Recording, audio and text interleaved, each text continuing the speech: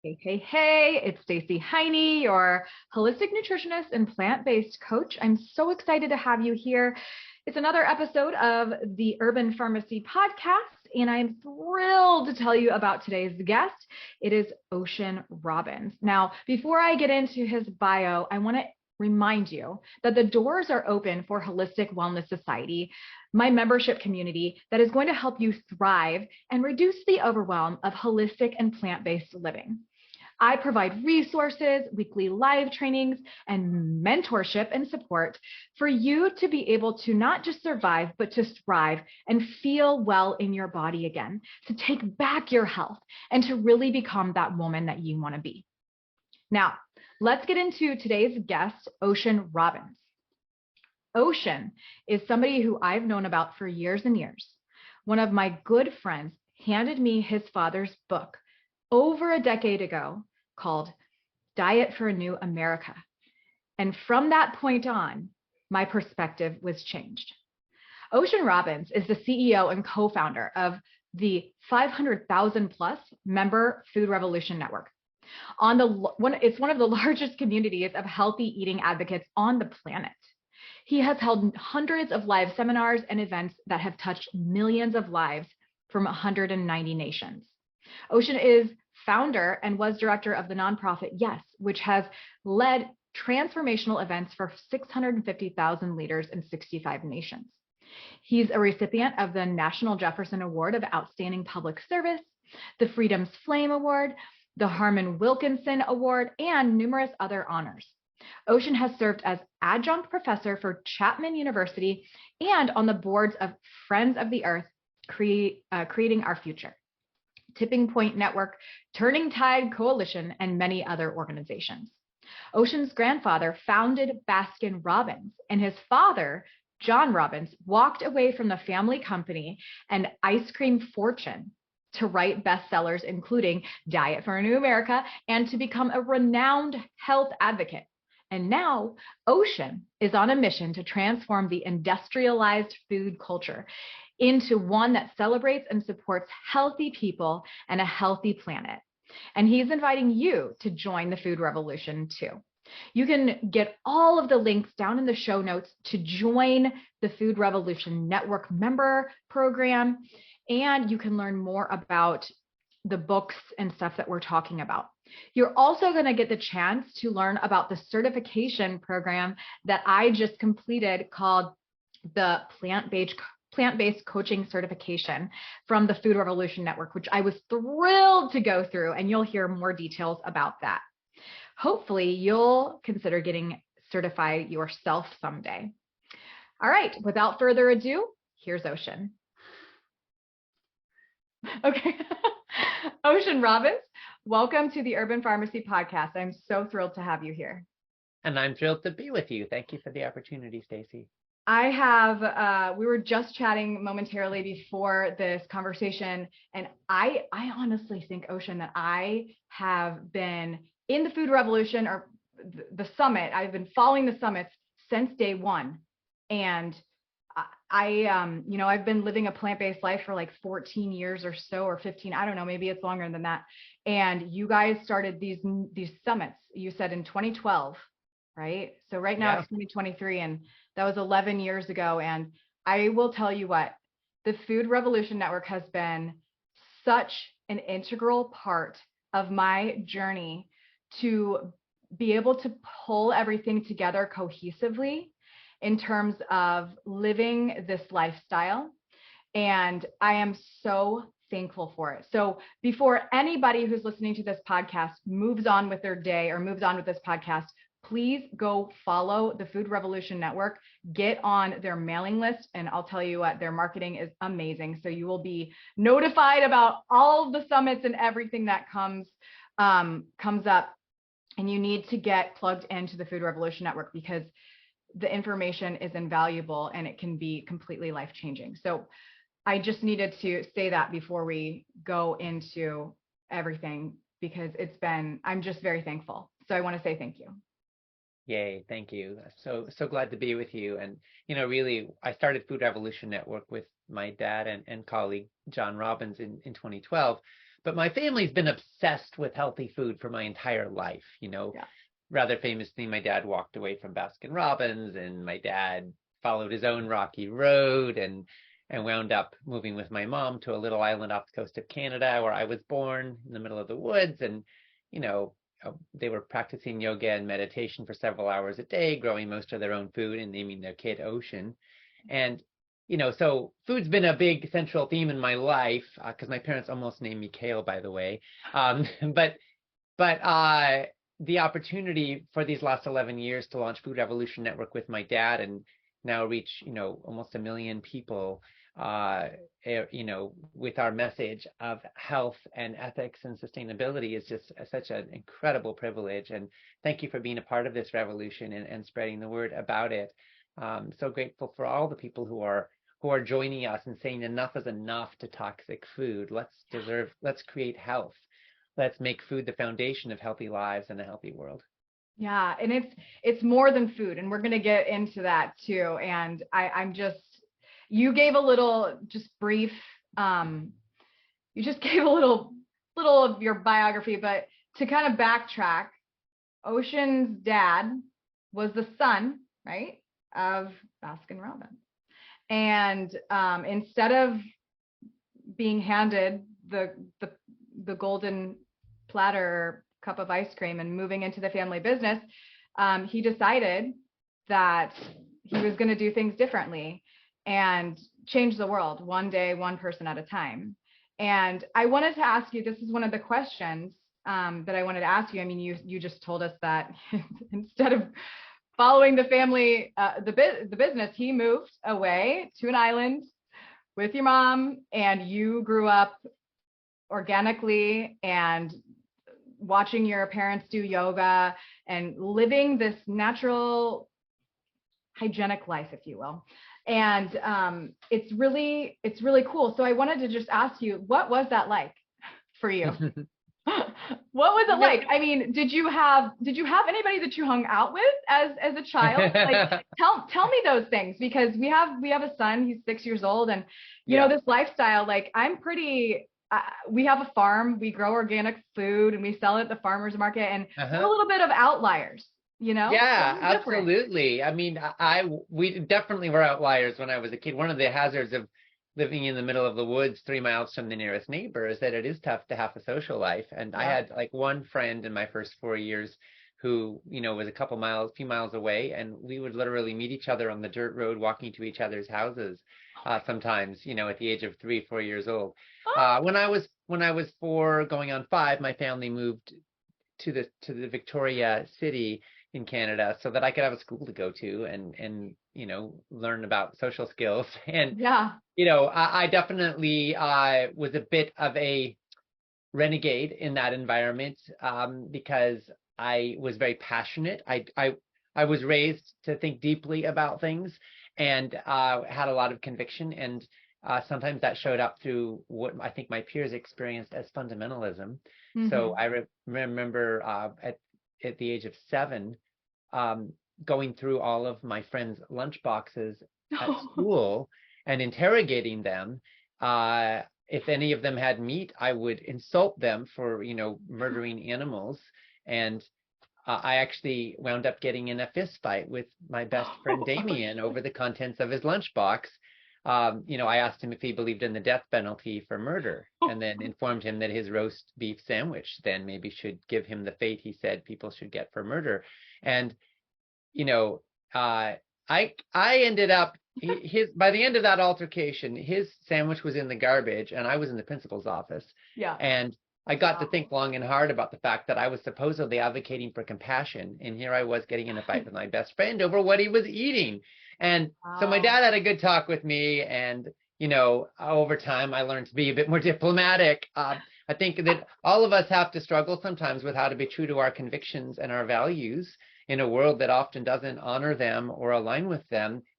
While also recognizing that maybe one of our values is getting along with other human beings, and maybe one of our values is showing respect for everybody's sovereignty to make the choices that make sense to them based on what they know and think and feel. Yeah. So, I've had to evolve in that process, and I have in many ways. But I've always had a deep sense of conviction, and I think my parents helped nurture that in me from a young age. And I will say, though, that my dad always used to tell me, I love you no matter what you eat.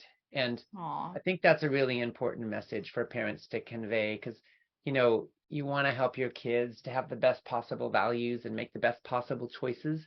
But I think you also want to convey unconditional love. And hopefully we can convey that not only to children, but to everybody in our lives, because I Yeah. think when people feel that, it's a bit disarming. And if people feel threatened or like an ideology is being shoved down their throats, they're naturally going to feel defensive because most of us would choose our own sovereignty over being right, and so, at a certain point, you don't want to give up your dignity or your freedom or your authenticity or your choice capacity in life just because somebody else is telling you they know better than you what you should eat. Right. So when that's the conversation, any of us who are trying to spread the word or evangelize are going to lose.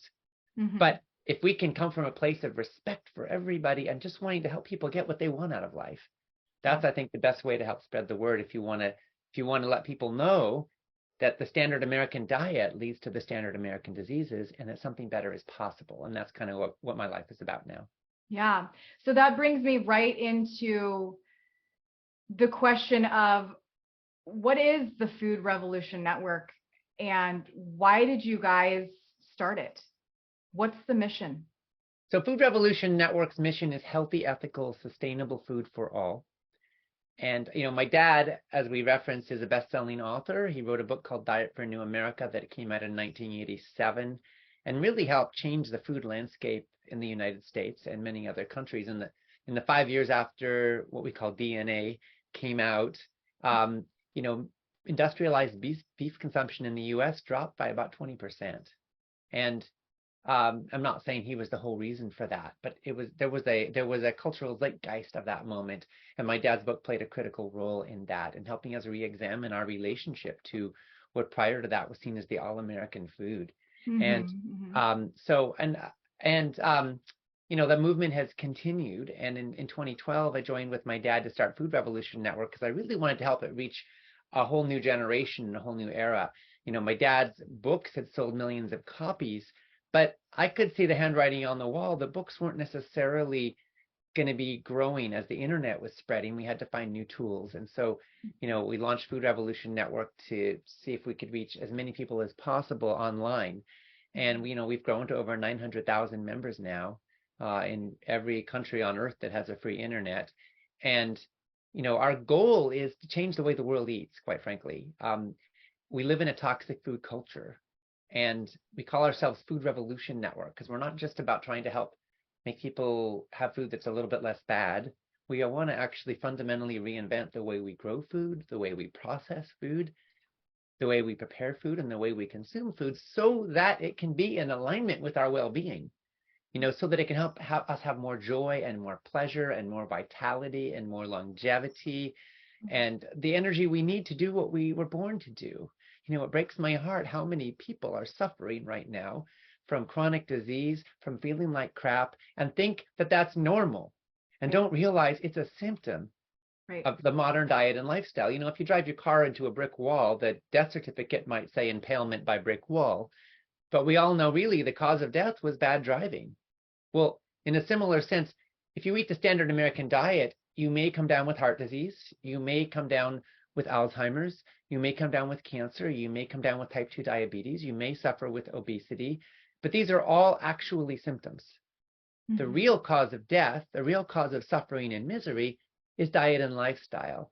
And I think that's great news because we can do something about it. So Food Revolution Network's goal is to help put the power in your hands and everybody's hands to be a part of the revolution through our own choices so that we don't have to be a victim of a toxic food culture and we can reclaim our lives, reclaim our health and feel better. Yeah, it's so powerful to just awaken to that. And I will also say that my friend who is a dietitian gave me Diet for a New America after she read it years and years ago. And that was actually, I will fully admit, Ocean, I'm not a reader. I like Audible. This was before I knew about Audible. I don't think even Audible was out. But I did read the very beginning of Diet for New America, and whoa, did that change my whole perspective. I was like, this dude is the son of Baskin Robbins, and he's like revolting against the whole system. Like, what? Like, I just, it was refreshing to see and to just know that this was happening. And I was like, well, I want to be part of the revolution. And now, here I am just trying my best to get this message out and to give hope to people who do feel like you said, feeling sick, feeling tired, feeling, even depressed. Like, I have been there. I was there. Yeah. I have been addicted to animal and processed foods, highly addicted. I have been depressed, on medication for it, lots of different medications, terrible digestive symptoms, thinking that this was normal and that it was normal to have pain after every meal and to feel tired and sluggish after everything I ate. I really, truly thought that was normal. That's not. Right. Yeah. Like, and my whole life has changed. And I'm so thankful to have awoken, and Food Revolution really helps people do that, because they're armed with so much information and so much inspiration at the same time. So I want to talk a little bit about a certification that I just went through. Thanks to you and the team of the plant-based coach certification. Is that what it's called? Yeah, the plant-based coaching certification. Yes, the plant-based PBCC, we affectionately call it. I just was part of the very first cohort, and when I saw that this certification was coming, even though I have multiple nutrition certifications, I was like, well, why not another one? But this one not only taught what I knew and reiterated it in such a beautiful way, with so many of the luminaries that I follow, the doctors, Brenda Davis, so Dr. Clapper, I mean, all of the people who I love and adore and follow for evidence-based nutrition information. They were part of it, and you were part of it. But not only was there a nutrition pillar, but there were also two other valuable pillars that I cannot wait for the next chapter of my business personally and my brand because of this certification. And the two other pillars were business and marketing, and coaching, basically how to be a better coach and how to be a coach in general. You can know everything that you need to know about nutrition, but if you're not a good business person, how are you going to market yourself, right? And if you aren't a good listener, which is the key takeaway that I took from the coaching part, if you're not the best listener, how are you going to serve your clients the best way? So it was a triad that really pulled everything together to help people become successful at getting this message out and helping to facilitate the healing process that people need so much these days. And it's very hard to get out of this pleasure trap, like Chef AJ talks about all the time, and Dr. Doug Lisle and Dr. Goldhammer. It's incredibly difficult to get out of it when it's the norm, and when things like that keep us sick are subsidized and all of that. So I'm very happy, and I feel like a disciple of the Food Revolution Network. And I am hopefully going to pass my exam and move forward with this, and I'm just so thankful. And I know that you guys will continue offering this, right? Hey, before we get too far into this episode, I want to be sure that you know about the Holistic Health Bundle. This amazing bundle is only available from July 20th to the 30th, 2023. And I want to tell you a little bit more about what it entails. It's basically a collection of over 100 high quality ebooks, courses, and guides for only $50. If bought separately, everything in the bundle would cost over $8,000 in total, making it a 99% discount. And there truly is no catch other than the fact that the bundle ends on July 30th. And all of the resources will go away at that time, and they will go back to their regular pricing, and you'll have to get them from each person thereafter. So if you want to get your hands on the best resource when it comes to holistic living, this is it. Let me tell you a little bit more about what's in it, but this really is only scratching the surface. There is literally everything in the bundle for reaching true health, mentally, physically, and spiritually. And some of the topics that are covered are holistic methods for dealing with various diseases, illnesses, burnout, depression, trauma, and a whole range of other illnesses and issues.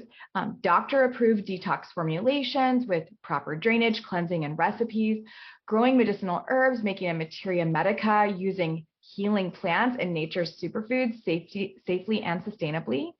Inner child healing, including heart-opening breathwork, sound healing, and guided meditations, herbalism and natural remedies to heal common ailments naturally and creating a sovereign herbal medicine cabinet, holistic health practices like homeopathy, Ayurvedic practices and recipes in yoga, biohacking, hormone balancing, sleep optimization, and light optimization to reach peak health, creating a low-tox home, DIY recipes for chemical-free home, mindset coaching and personal development to reach the next level of focus and intention and consciousness, natural beauty and body care products using plants and natural ingredients, healing recipes, detox juices, salads, and superfood smoothies to boost your immune system, reduce inflammation, and support your body's natural ability to heal.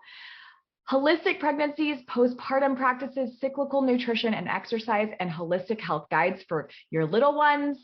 Resources for gut health, liver cleansing, metabolism, GERD, SIBO, and more. There's so many nutritional education resources and lifestyle tips in this bundle. And if you don't know yet, my contribution is called Nurturing Nature. Basically, it's about holistic and plant-based kids. So if this is something that interests you, you can get my mini video course in the Holistic Health Bundle, but it's only available through July 30th.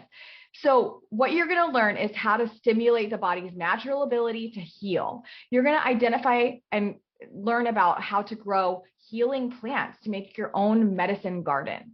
You're going to learn about a chemical-free home and how to protect yourself from harmful chemicals and how to use even nature as medicine, like the sun and the ground. You're going to learn so many other things too. And there really truly is not a catch at all. This is 100% real. It's that good of a deal. It's just so good. We came together and decided we wanted to give a 99% discount, and every single thing in this is less than 50 cents each. It's incredible. And if you were to buy all of this in one swoop, it would be, again, over $8,000, and it's only $50. So make sure that you swipe down or click down in the show notes to get the Holistic Health Bundle. Again, it's only available from July 20th through the 30th of 2023. And then after that, you can get everybody's contributions individually at a much higher price point. But I promise you will be so thrilled to have this resource at your fingertips. Again, it's over 100 resources, including ebooks, recipe guides, PDF downloads, video courses, and more. And once you download and buy the bundle, you'll get a confirmation email to access it, and then you'll be able to download everything onto a separate hard drive, or you can put it into Google Drive, or just pick and choose which ebooks and resources you want to download to have at your fingertips. So do not wait. The multitude of incredible minds and creators of these courses, programs, and ebooks are offering their best life lessons at an enormous discount for just a limited time. And you absolutely cannot find this level of value combined in any other way other than the Holistic Health Bundle. And I'm very happy to say there are tons of fully plant-based resources in this bundle. So if that's what you're looking for, you can get it here as well. So click down in the notes to get your $50 Holistic Health Bundle worth over $8,000, and you're going to be thrilled. I cannot wait to hear your favorite resources in this bundle and how much it empowers you to take back your health. All right, back to the show. Yeah, absolutely. I mean, the way I look at it, a lot of FRN's programs are focused on helping individuals to make thoughtful and choices that align with their values and to make informed choices, and then to apply those with recipes and practical tips for implementation. But we developed this whole other program, the coaching certification, because we realized that a lot of people could really benefit from hands-on mentorship, and a lot of folks want to be leaders in this revolution, not just follow us, but lead their own charge, lead their own communities, and build businesses and livelihoods as food revolutionaries, if you will, as a part of this upswelling of people who are saying enough is enough to toxic food. And there's an incredible market opportunity, I think, here. The way I look at it, Food 1.0 is about survival. If you can get enough calories to fill your belly, that's success. Food 2.0 is about commerce, and it's got all this taste and texture and cuisine, but it's morally bankrupt, and it's killing us and killing our planet. And then Food 3.0 is about health, and health for our bodies and health for our world, and that becomes the central organizing principle in Food 3.0. And there are healthy profits in Food 3.0. They just come from healthy food. So in my view, building a new food economy and a mentorship community that can help drive that forward is critical, life-changing work. So we launched this certification to help build a whole new cadre of folks who want to be leaders in the movement. And so, yeah, I guess in the show notes, folks, maybe you can put up a link so folks can go learn more about the Food Revolution Network's plant-based coaching certification.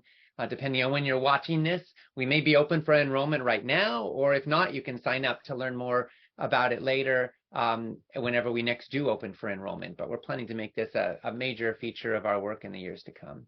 I mean, there was so much that went into it, and I still have yet to give my review and to give my my feedback and let you guys know that my testimonial, my positive testimonial.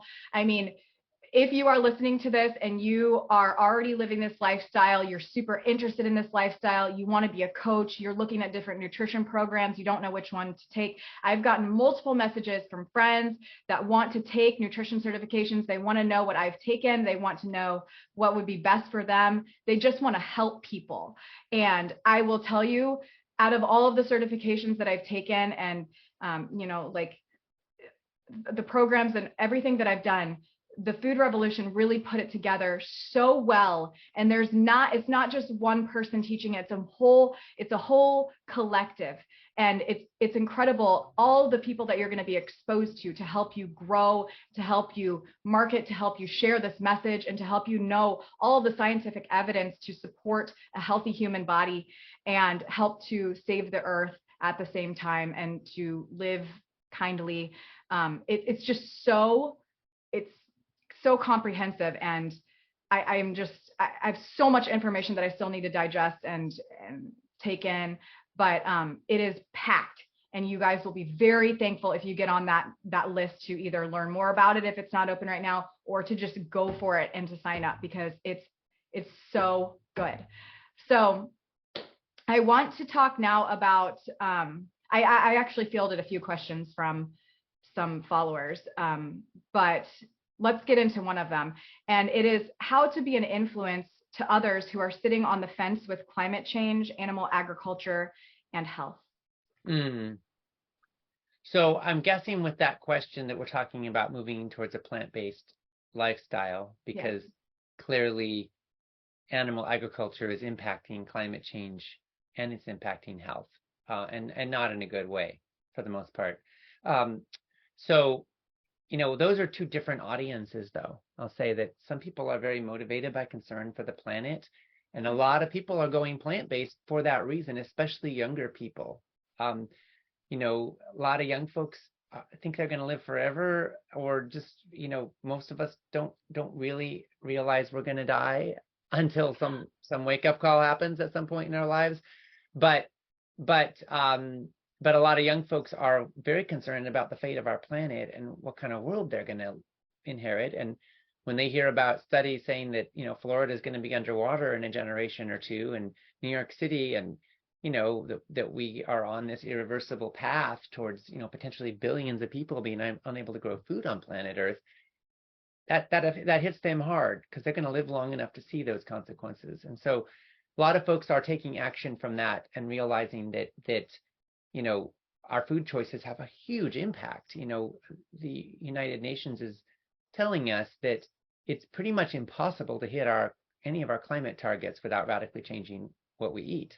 I mean, it's that simple. Worldwide, the animal agriculture is responsible for using up 81% of the world's agricultural land to produce 17% of the world's calories.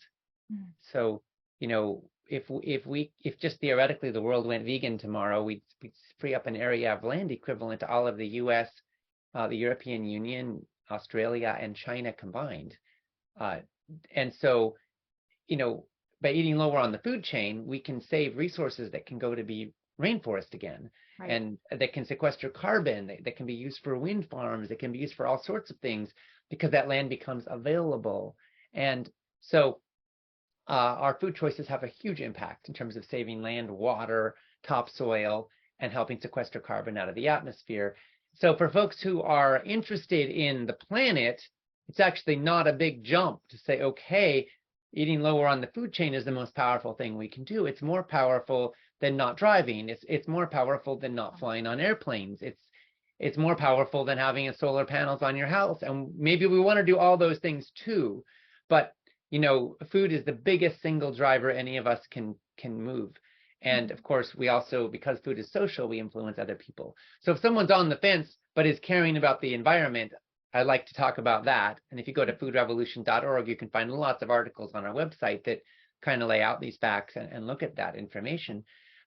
If someone is thinking about their health and is concerned about their health, is afraid of getting chronic disease, or just wants to feel better or look better, then the best example is yourself. Like if you are radiant and vibrant and healthy, then your friends will start asking you, what's your secret? Especially as you get older and you start to look different than a lot of your peers. And I know a lot of folks who have converted many people to a plant-based diet, like at high school and college reunions, I'm going 20 and 30 years later. I'm going to my 20 year in like 2 weeks.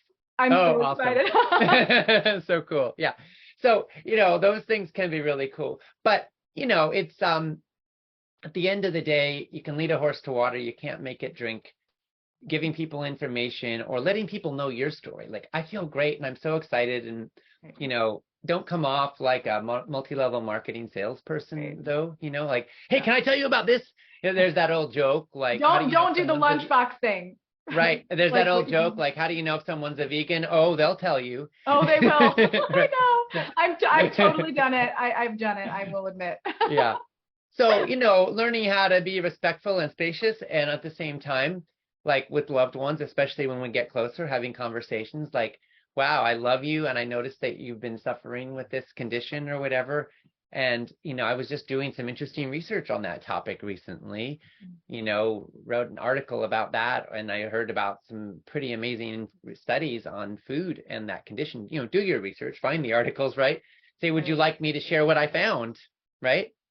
And they might be like, no, I'm good. And you're like, okay, fine, but if you do it in that light, and it's kind of like, I was doing research and I found some stuff I thought might be interesting for you, would you like me to share it? A lot of folks will say, sure, send me the link, Yeah. And then you can send an article or maybe a video or maybe a book, if that's the best resource. It's nice to relate it to someone's specific issues or concerns, but don't project onto them. If someone looks, say, large, don't tell them, hey, I learned about this great cure for obesity, because that's going to make them feel very ashamed and guilty. And, oh, is that so obvious? And like if somebody has acne, don't be like, hey, I found a cure for acne, like that's going to really hurt their feelings.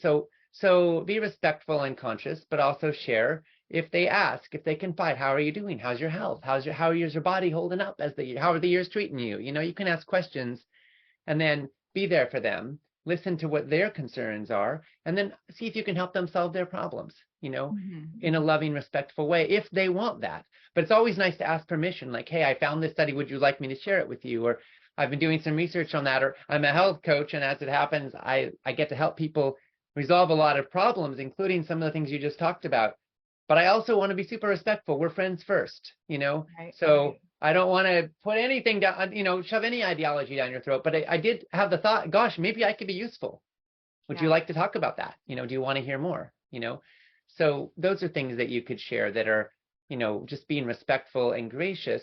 And at the same time, don't shut down from the opportunity if you have a connection with somebody. Mm-hmm. You know, because there is such a thing as regret. You know, if somebody you love, say, you know, dies of heart disease, and you look back and you're like, oh my gosh, why didn't I say anything? Like, because the studies are out there, 90% of heart disease can be prevented or reversed with diet and lifestyle. And if you look at somebody and you talk to them and it's suddenly you can't talk to them because it's too late, you may live with that. And it's not that it's your fault, but we are responsible for doing what we can with what we know. Mm-hmm. So, you know, at least giving an opportunity, you know, may be something that would mean a lot to somebody. But also giving them sovereignty and respect every step of the way. And quite frankly, if someone's path is to get heart disease or some other disease because of choices they're making, we can't rob them from that. I mean, there's a law in this universe of cause and effect, right? And we can't save anyone from that. And quite frankly, it's how all of our ancestors learned a whole lot of things, many of them the hard way, about how to live in this world. So we can't rob somebody of the opportunity to learn in their own way and at their own timing, and to respect that, you know, like there's reasons why people go through the journey they go through and at the pace that they go through it. And not everyone is going to make it to the promised land of vitality and health. So holding love and respect and compassion, and at the same time, you know, when you really love somebody, you know, letting them know that part of how you love them is by sharing resources if they want that. Mm-hmm. Thank you for that.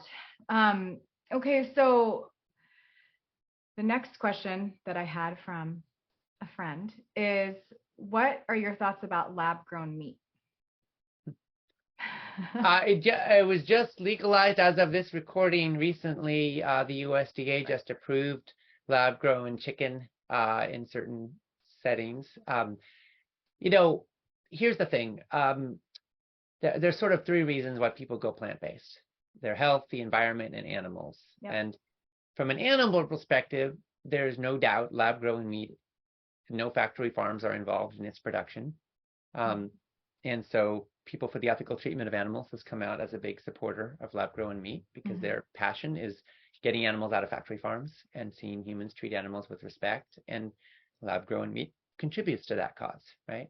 From an environmental standpoint, it has the potential to be a big win because it has the potential to substantially reduce environmental footprint of food, depending on how it's produced and what sort of growth medium is used. You don't get something from nothing. You don't get food out of air. So they're going to have to provide some caloric source that the cultures of the meats will grow on. So what are those inputs? And what goes into their production? And what is their environmental footprint, right? And then are there waste byproducts in the process, or is it fairly clean? So I think there is a possibility with enough scientific innovation that it could be a substantial improvement from an environmental perspective. But I think the jury's still out on that until the technology advances further. From a health perspective, it's probably not any better than meat because it is meat, right? Though they may develop ways of producing it that are, for example, leaner or have more of certain beneficial fats. So, you know, personally, I'm not drawn to it because I would want to see some research showing it was safe, and also I don't think meat's healthy, even regardless of environmental and animal considerations. However, am I glad that it's happening? Potentially. I think it has the potential to be a benefit to the world. Quite frankly, with the state of our environment right now and the way that animals are being treated in factory farms, any step we can do, any step we can take as a society to reduce those impacts, I think is beneficial on the planet. And if humans are going to continue to eat meat anyway, why not produce it in ways that are less destructive? Yeah. It's a weird time to be alive, Ocean. That's what I will say. It is a weird time. Yeah. It is. I agree with the environmental aspect too. It's just quite an interesting time to be alive. I never thought that we would be here where we are right now with that. Okay, so before we get into more fun questions, what do you think is the most pressing issue right now? Earth, health, kindness. What keeps you up at night? Honestly, for me, myself personally, like I feel a great deal of sadness about the world my children are going to inherit, and the perils of that world. And I'll be honest with you, like I think that humanity has a choice in the face of collective problems, whether we respond to them with teamwork, or whether we allow them to divide and conquer. And essentially, if we get fractured and we fight over an ever smaller slice of the pie, then we're going to make the pie smaller still. And that's what war is all about. And I think we're unfortunately on a course right now where the likelihood is, just based on our history as a species, that we're going to see more wars over water, over food, over basic survival.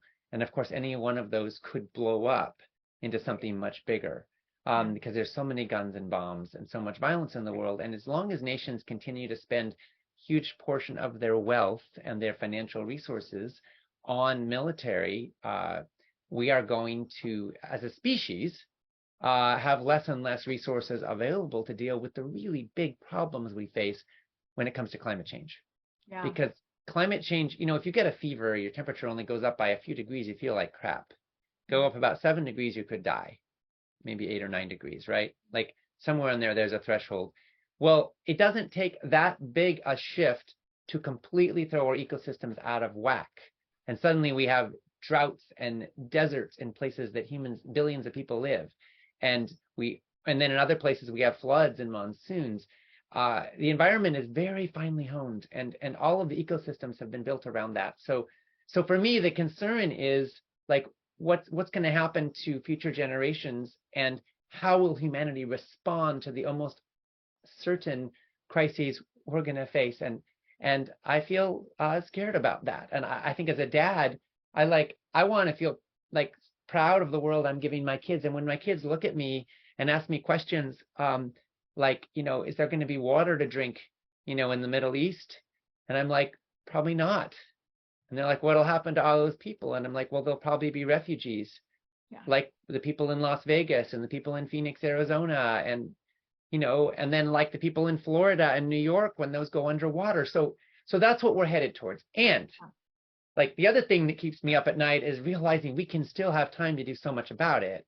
And, food is a place where we can have such an influence. So I'm super passionate about spreading the word here, because I don't want us to be helpless victims. I want us to be active participants. And, yes, there are some sort of problems that are kind of baked in right now that are unstoppable, but there's a whole lot of difference between, say, a 2-degree rise and a 5-degree rise in global temperatures. That literally could mean the difference between like hundreds of millions of people being displaced and like half of the world's population dying, like that's the difference. And that's immense. And so from my perspective, we still have an opportunity to blunt and even reverse this and create a beautiful world for humanity in the process, if we can learn to participate meaningfully in being a part of a healthy ecosystem.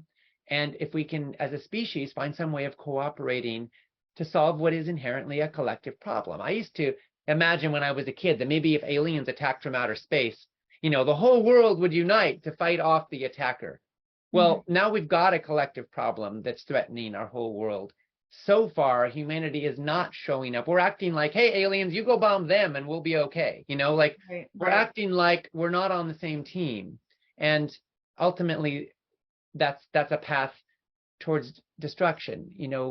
Martin Luther King said in the 60s, he said, we must learn to live together as brothers and sisters, or we will perish together as fools. And so I think we're kind of on that path, and that's our choice point right now, as a species. And I'm scared we won't make the right choices, but I'm also hopeful that we will. And the good news is every one of us gets to make right choices and be a part of the solution, and that feels really good. Yeah. We can take our power back. We really can. And those things keep me up at night, Ocean, too. So solidarity there. Let's lighten it up. Okay. Let's lighten it up. And I want to know, what does it look like what do you eat on a daily basis? I eat food, real food. Yeah, Michael Pollan said, eat food, not too much, mostly plants. I think that's good words to live by. My favorite breakfast is I make this homemade savory oatmeal. It sounds really weird to people, but I cook oatmeal in unsweetened Eden soy milk, which by the way has 12 grams of protein per cup, and it's pure soybeans and water. Cook oatmeal in that, and then I add in, and this sounds weird to some people, but chopped up onions, and I cook it, and I after cooking it, I add in ground flax chia meal and nutritional yeast, some nuts or seeds, maybe some pumpkin seeds chopped up. I use tamari soy sauce and olive oil and some spices, lots and lots of spices, and it's just it's delicious. I really like it, and I'm getting like a load of plant protein. I'm getting lots of omega-3 fatty acids. I'm getting tons of fiber, including soluble and insoluble fiber, all for breakfast. And so it's fun. I like starting the day off in a really healthy way. I eat lots of legumes, lots of whole grains. My personal favorites right now are quinoa. If you rinse it first before you cook it, you get rid of some of the bitterness, by the way. It tastes sweeter. I love fonio, which is an African grain that most people don't know about, but recently discovered it, and it's very pleasant. It's very light. It's a little bit couscous-like, but it's totally gluten-free, and it cooks in like 4 minutes. Yeah, I like millet and rice as well. And then I love greens. I eat a lot of greens. We grow kale in the garden and have a farmer's market nearby, and I love kale. Love cabbage is actually one of my favorites. I love steamed cabbage with some carrots and onions for sweetness, and then maybe some like homemade salad dressing on top. That's one of my favorites. And then and I love root vegetables. Sweet potatoes are amazing, super healthy, by the way. Potatoes I like too. Squashes are great, kind of hearty. Love corn, blended corn on the cob. And gosh, salads are fun. But there's so many good things. Soups and stews are fun. I love casseroles. Lots of ways to mix up and use different kinds of leftovers. We always have beans in the fridge in our home. We soak them for 24 to 48 hours, pouring off the water every 12. So you get off all the oligosaccharides, which are that bubbly stuff that floats to the top when the water turns cloudy. That's like oligosaccharides coming off, which are part of what gives people gas. So you soak them or get the sprouting process going. Recently, I actually got into partially sprouted soybeans that you then cook. And soybeans are super loaded with phytoestrogens and plant protein and all kinds of goodness. They're linked to lower risk of cancer, heart disease, greater longevity. And when you soak them for a couple of days and then let them sprout for another couple of days, rinsing every 12, and then pressure cook them, they're really soft. And I made baked beans with soybeans, which was just amazing. They're kind of light and slightly sweet and just a really pleasant bean to eat, and they're so healthy. And most people don't even know that. They don't even realize you can eat soybeans. They think about tofu and tempeh and edamame and miso and those and soy sauce, and those are all lovely. But you can use soybeans more directly too, although it helps to sprout them a bit first and cook them well. Yeah, for sure. Thank you for all of those ideas. You said blended corn. Have you ever tried the corn butter? I think it's one of those recipes from like Forks Over Knives. I haven't yet tried it, but it's like like corn butter. Like I've never tried it, but that sounds fun. Sounds yummy. And then I didn't mention avocados. I do love avocados. I live in California. I was going to ask you what your favorite fruit is, so I guess we'll roll with avocado. Oh well, I don't know. I can call it my favorite fruit. I do love avocados. Personally, it's a short season, but I love cherries so much. They're in season right now. We have 3 different kinds in the refrigerator. You got to take advantage blueberries, of that. though. Oh my gosh, don't get me started on blueberries. Well, those are coming soon for us. So I love blueberries. And here's the thing: some people call them brain berries because people who eat blueberries regularly have 2 more healthy years of brain life. Like they push off Alzheimer's an average of 2 years. In another study, people who eat greens in abundance add 11 more healthy years of brain life. So put those 2 together, do you get 13 more? Probably. I think it's amazing to think of what's possible when we just feed our body the right fuel. Yes, absolutely. That when I was chasing Dr. Greger one time after he did a presentation, I was chasing him. I had just had Cohen, our son, and I was like holding him in one arm and I was chasing Dr. Greger after he talked and he was on his way to a book signing. And I was like, Dr. Greger. And I was trying to record him. I was like, if you have one thing to tell the people that they should eat, what should they do? He was like, beans, greens, and berries. And I was like, okay. So yeah, greens and berries, we know for sure are so good. And of course, beans are eaten by all of the people in the blue zones. And then you mentioned sprouting soybeans. I love sprouting in general. I'm a sprout fanatic. I'm going to implore you, Ocean, to sprout onion seeds. If you've never, we all know about broccoli sprouts. We know about all of those sprouts, alfalfa sprouts, and just fun, things to put on sandwiches and all that stuff and just to eat. But please try onion sprouts. They are so good and you will be so thankful. You said that you like onions in your oatmeal. So if you want like next level flavor, your life will change if you try onion sprouts. I told Dr. Will Bolsewitz, the gastroenterologist about them on my podcast. And he actually ended up putting them into his book because they changed his life. They're so good. So you need to try onion sprouts. And then I want to geek out with you really quick on the soybeans. I love to also do soybeans. I bought black soybeans and they're so delicious. But I also saw a woman, we sell microgreens at the farmer's market, and I saw a woman that actually grows soy microgreens. And I'm like, wow, I wonder what the phytoestrogen content is in those. I'm interested. I don't know. I know. There's been no studies, but and I also love savory oats. My favorite.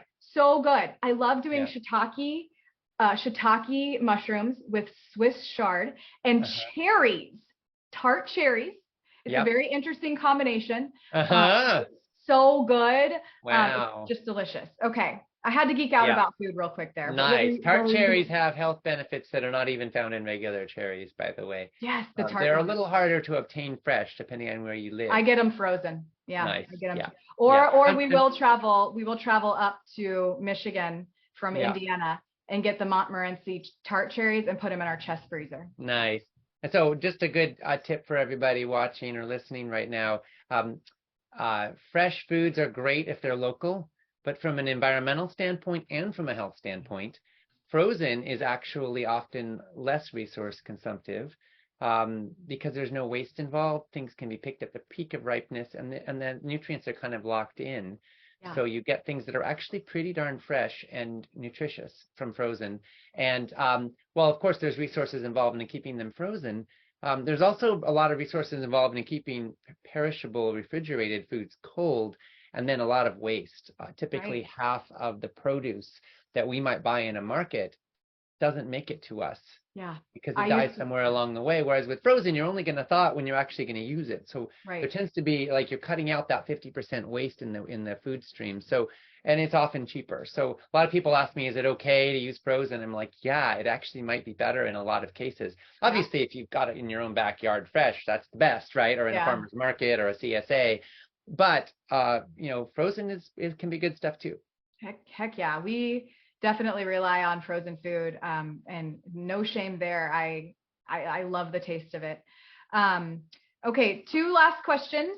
Well, before I move on from the food, are you an herbal tea guy? Do you like herbal teas? Do you drink herbal teas on a normal basis?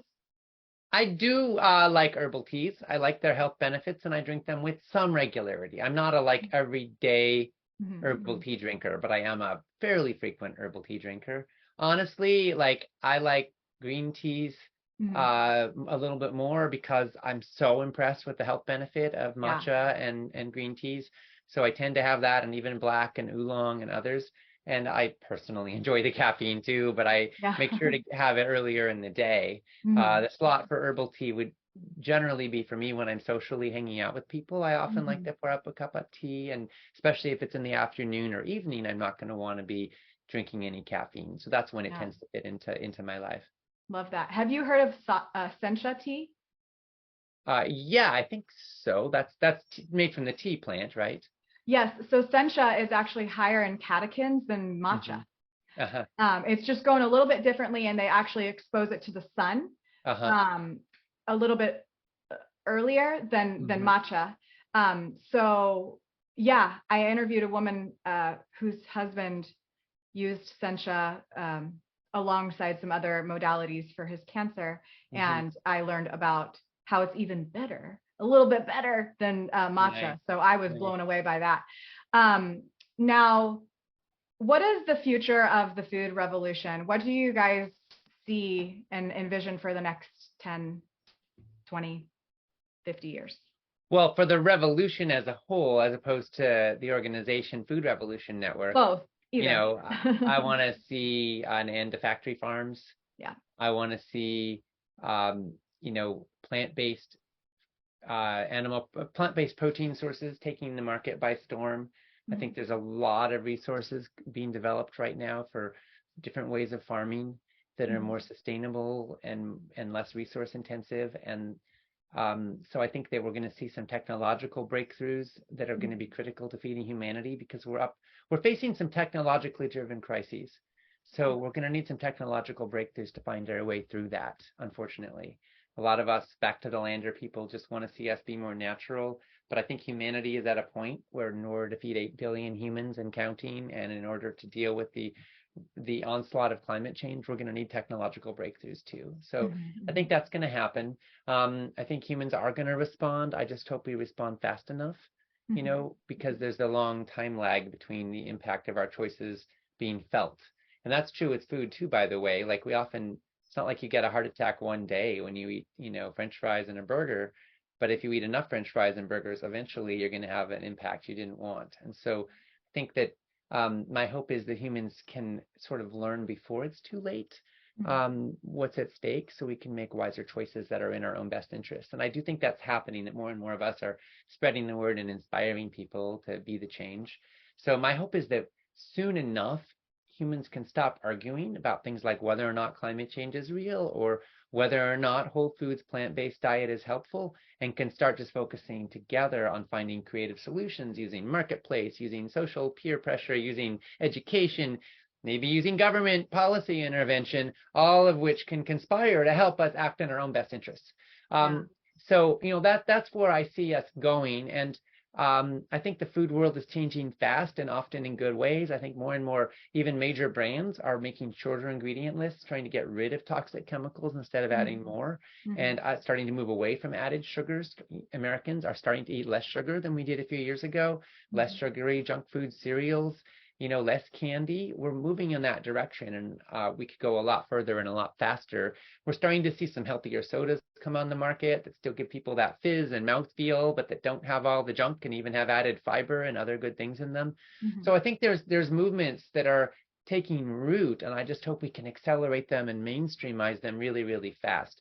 And then for Food Revolution Network, of course, we want to help inspire these movements and empower people.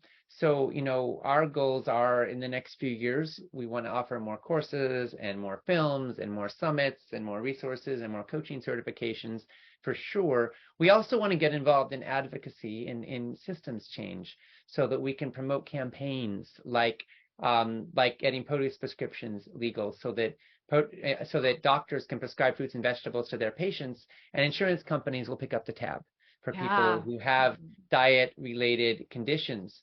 That fruits and vegetables could help. I think that you know, we want to see healthy food in our hospitals. We want to see healthy food in our schools. Even giving people options in hospitals, by the way. Let's suppose someone's recovering from a heart attack. Let's suppose they're asked, would you like to have the heart healthy menu? You know, like, we don't have to force them, but let's give them the option and say, hey, you know what? Your chances of a recurrence go down by about 80% if you can make a big change in your diet and lifestyle right now.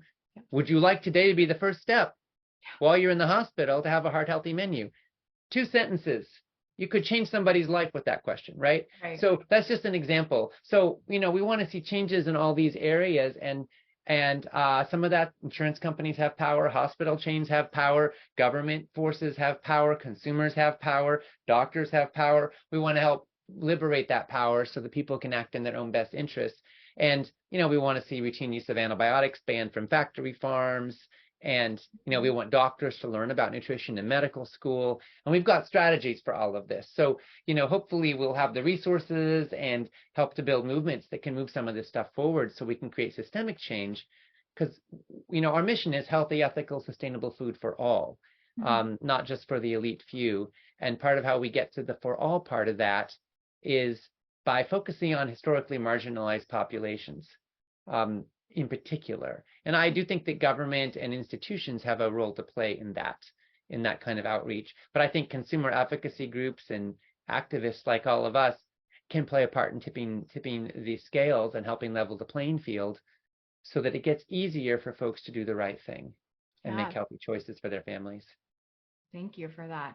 And I will just say, like, advocacy can go so far, and don't ever think that your voice is too small. And I had the honor to go to Capitol Hill to lobby for better regulation on personal care products. And like, it started, it just starts with one. And there have been, over the last decade of the work that the beauty brand that I love, like, has done, there's been 10 laws passed to help protect consumers. So it's not impossible and it's not out of reach. And don't ever think that your voice is too small. So please just continue advocating and trying to step up, because it can work and we can do this as a collective. So Ocean, I have one last question. This is one that I ask all of my guests, and I want to know from you, what does holistic living mean to you? Well, holistic to me means whole. And there's two aspects to that, I will say. One is our whole selves, our whole beings, looking out for our happiness, for our vitality, for our longevity, for our peace, for our joy. And that means body, mind, heart, and spirit are aligned, and we're making life choices that fuel wellness at every level. And the other piece is sort of in right relation with our ecosystem, because we are not just isolated consumers. We're part of a greater whole, and food is super personal. It's also very political. It affects animals, it affects the environment, it affects social justice, it affects whether or not other people even have the ability in the future to eat at all.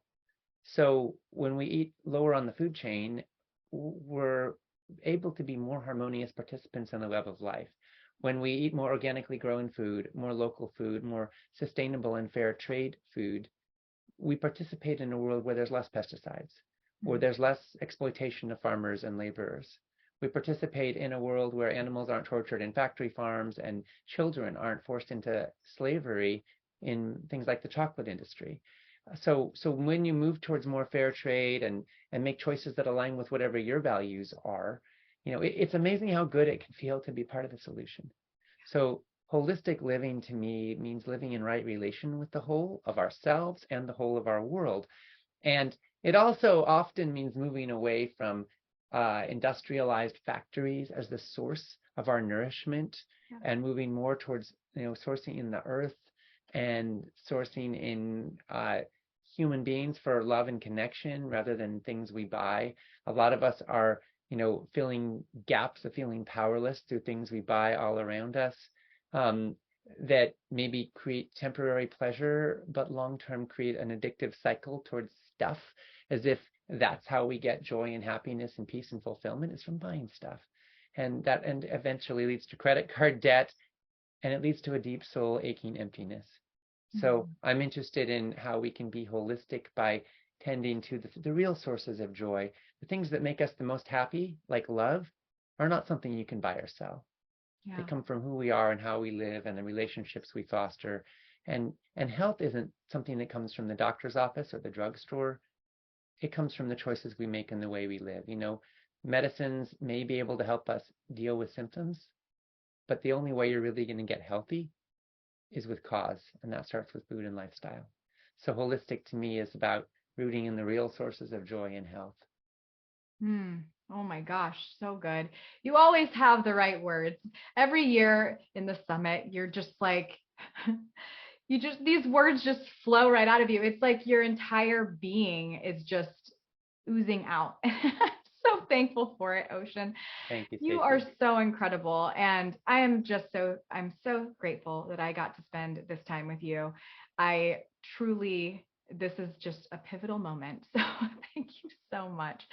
Or do you have any last words that you want to share with anybody that's listening? I mean, I just that want to was thank you all for listening, for your time, for your attention, for your curiosity. I think that, curiosity is one of the most powerful forces in the universe.